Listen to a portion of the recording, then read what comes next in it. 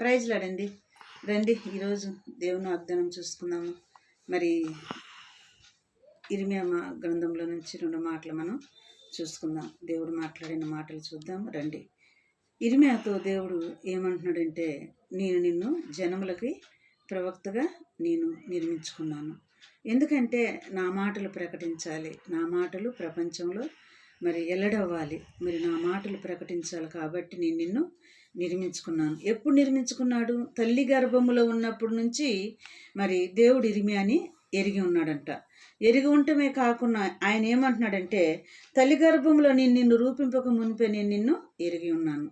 మరి ఎరిగి ఉన్నాను, తల్లి గర్భంలో నువ్వు ఉన్నప్పుడే నేను నిన్ను మరి నియమించుకున్నాను అని దేవుడు ఇర్మియా భక్తుడితో మాట్లాడుతున్నాడు. ఇర్మియా భక్తుడి కాడికి వచ్చి దేవుడు మాట్లాడుతున్నాడు అనమాట.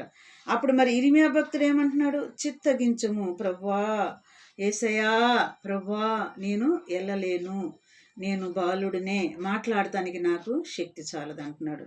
మరి మాట్లాడటానికి అంటే దేవుడు పంపిస్తున్నాడు కదా, మాట్లాడటానికి నాకు శక్తి చాలదు అని నేను అనగా యెహోవా వాక్కు నాకు ఇలాగో సెలవిచ్చును. మళ్ళీ ఏమంటున్నాడు దేవుడు?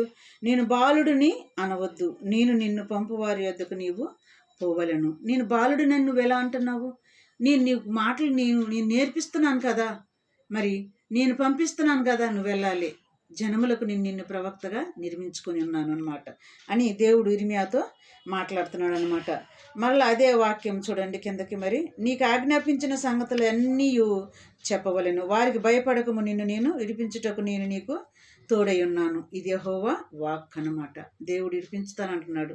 నువ్వు వెళ్ళు, నీకు నేను తోడై ఉన్నాను, నీ నోట నా మాటలు నేను ఉంచి ఉన్నాను, నీ నోట నా మాటలు ఉంచి ఉన్నాను, కాబట్టి నువ్వు వెళ్ళి నా మాటలు వారికి ప్రకటించము.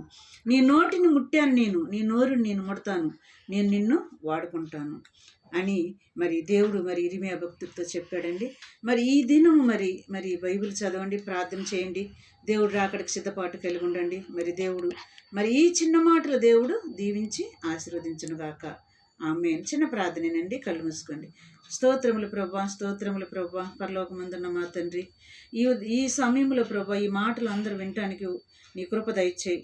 ఇన్న మాటలన్నీ వాళ్ళ హృదయంలో నీరు గట్టి ఫలింప చేసి సహాయం చేయమని, అయా ఈ మాటలు అందరూ షేర్ చేసుకోవటానికి కూడా నీ కృప దయచేయమని నజరేయుడైన యేసుక్రీస్తు నామములో నేను అడిగి వేడుకుంటున్నాను నా పరలోకమందున్న తండ్రి.